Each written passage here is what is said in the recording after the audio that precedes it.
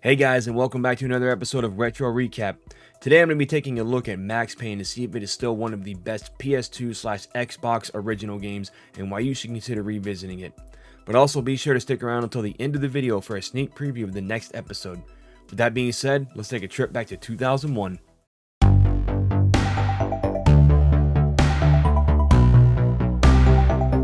Max Payne has always been one of my favorite series from Remedy, who you might know as the developers behind Alan Wake and Control. The development for Max Payne goes all the way back to the mid-90s and actually started production around the same time as The Matrix. What's funny about that though is that The Matrix was the first movie to feature the bullet time slow motion dodging mechanic, and Max Payne was the first game to feature the bullet time dodging mechanic as well. One interesting fact about Max Payne though is that it was supposed to release on the Dreamcast, and I remember following this game when it was announced for the Dreamcast, but it ended up getting cancelled due to Sega discontinuing the console back in 2001. This game would get 2 sequels and inspire other games to use the same dodging mechanics as well. Before we get into the gameplay though, I'd like to share a couple fun facts. The face for Max Payne is actually the writer Sam Lake, who wrote the game and its sequel as well. And the main villain is played by his real life mom, because they wanted to keep it simple with the characters. They didn't want to go too crazy with actors and everything, so most of the characters in the game are pretty much just people who worked on the game as well. So it's kind of funny that they did that. But for now, let's jump into the gameplay and see how that holds up today. Now, as I mentioned before, the game does share a lot of similarities with The Matrix, such as the slow motion dodging and the shoot diving that were featured in that movie. But I do have one gripe, and a lot of fans have this same gripe. It's the fact that Max moves a little too fast at times, and it requires you to cross some narrow pathways that can prove to be challenging at times, especially in the nightmare level where you're following a blood trail and you have to kind of stay on that trail. Otherwise, if you move basically not even too far, just a little bit to the left or right, you'll fall right off and have to redo that entire segment again. And it can get a little annoying because if you don't save right before that spot, you have to go through an entire maze trying to find it again, and it can get very, very tedious trying to get through that one level. And one of the cool things, but also can be a little annoying at times, is the fact that Max has some visual injuries similar to Resident Evil. He'll start limping and everything, but you don't have health regeneration, at least not like you know it in the games of today. It's a light regeneration, and it doesn't really regenerate that much health. It only regenerates maybe 25% of your health, and you still have to go find painkillers just to refill your health. But in the later levels, it can be pretty tough trying to get some health items and everything, because you'll have enemies that are far tougher than you with far tougher weapons just trying to kill you at every chance they get. But I don't want that to scare anybody off from playing the game. It is still great. This series is still amazing. I still love it. The gameplay is still incredibly fun to this day, and I never get tired of dodging out of the way, doing a slow motion dive just to get away from gunfire. And if you're also a fan of the Punisher or John Woo movies, such as Hard Boiled, even Mission Impossible 2, then you're sure to enjoy this game, and I really hope you check it out, because if you love those movies, you're going to love this game. But with that being said, let's segue into the story and see how that holds up today. Now, I'm going to keep it short for the story, and I may sound like a broken record, but this game is basically the same as The Punisher. Same setup. Max's family has been murdered, and he seeks out revenge on those who took his wife and child from him. I don't want to give away too much, but things get out of hand really fast for him, and he is soon framed for murder, wanted by the police, double-crossed, and pretty much every mobster in New York wants to have him dead. Talk about some bad luck for the guy. I mean, how bad can it get for him? And it's basically the same for Max Payne 2 and 3. There's a lot of the same situations of double crosses here and there. We'll cover those games in a future episode, and I really don't want to get too deep into those now because I really want to talk about them later. But this is just one of those games, and same as 2 and 3, where you're just on the edge of your seat the whole time and wondering, how is he going to get out of this situation? How is he going to not get himself killed by everyone in the city of New York? And basically, speaking of New York, I want to shift it over to the environment of this game and see how that holds up today, because back in 2001, I thought it was great. I thought it was awesome. I mean, now I look at it graphically and I'm kind of like, it's not the prettiest game. It does look like a 2001 game, but back then I just was amazed at how realistic this game looked. Maybe not the faces. The faces have always been kind of goofy looking to me, but I enjoyed the environment of this game as a whole. So let's jump into that and see how that holds up. Now, as for the environment, I want to break this down into 2 parts. I want to break it down into the levels first, and then the characters themselves. First off, the levels, you're going through gritty areas, gritty rundown areas of New York City, from rat-infested apartment buildings to rat-infested subway tunnels to just condemned buildings that are falling apart around you. You'll go from one room to the other and you'll end up with a explosion happening, and then the door's locked and you're like, well, how do I get through this door? And you go up to it and literally the wall will fall down around you.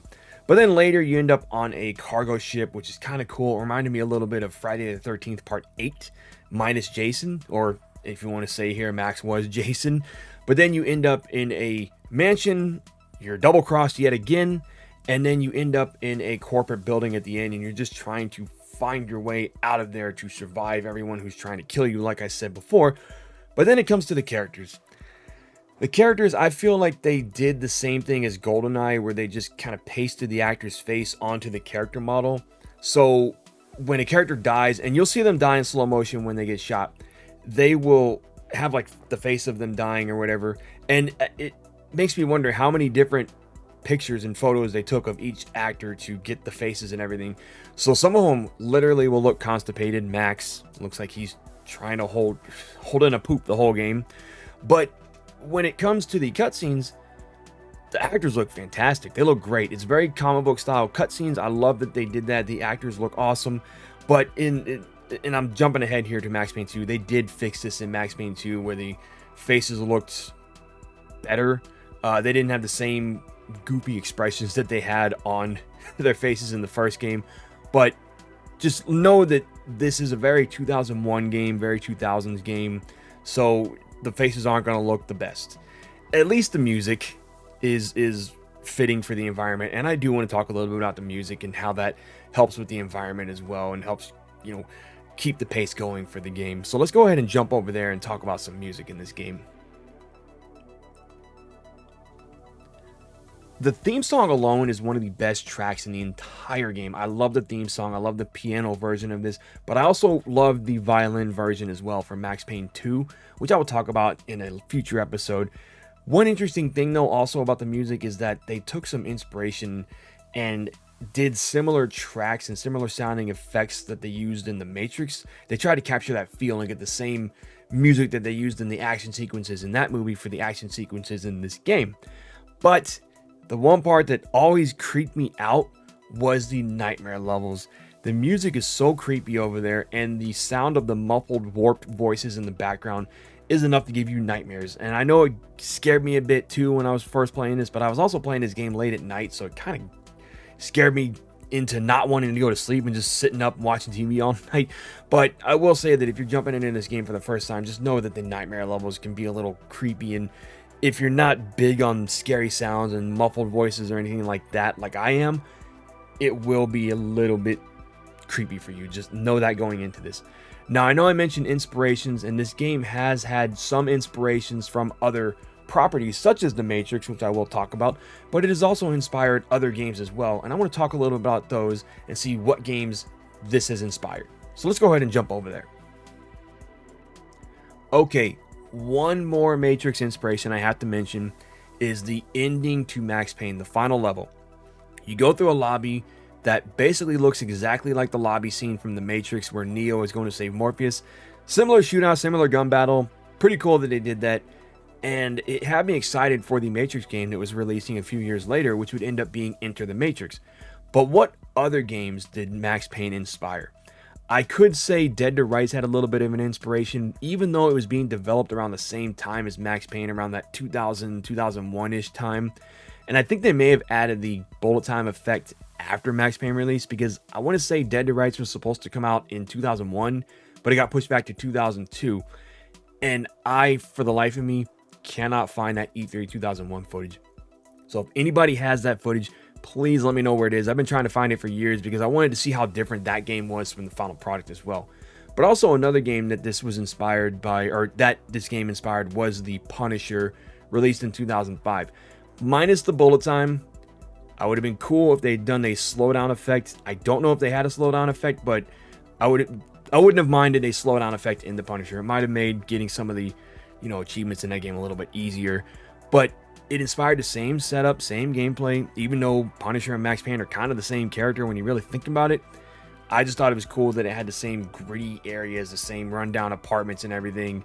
A little prettier game, if you ask me. But the last game that used the bullet time mechanics that I can think of was John Woo's Stranglehold, which is, from what I've heard, a sequel to Hard Boiled.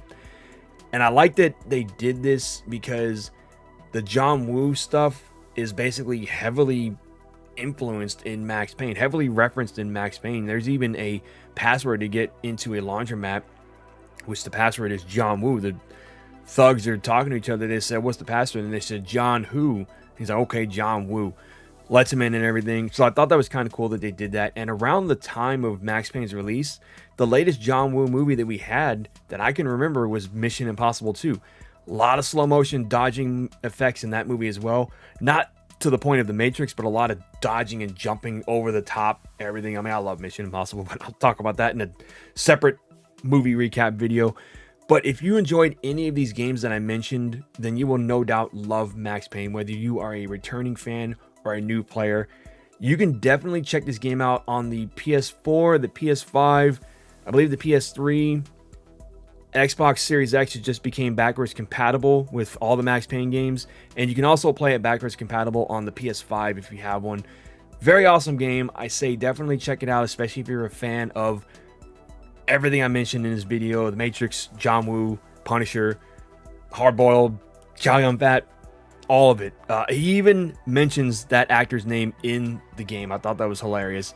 So yeah, definitely check the game out if you have not already. It's very fun. I enjoy it. I love it. I can't recommend it enough. And those are my reasons as to why you should revisit Max Payne. Do you have any favorite moments from Max Payne? Let me know down in the comments below.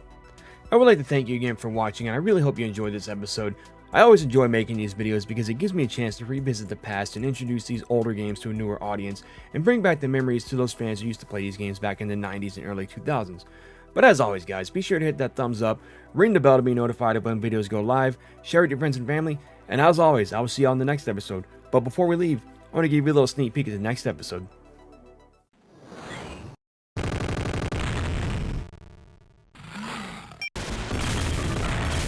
You're terminated.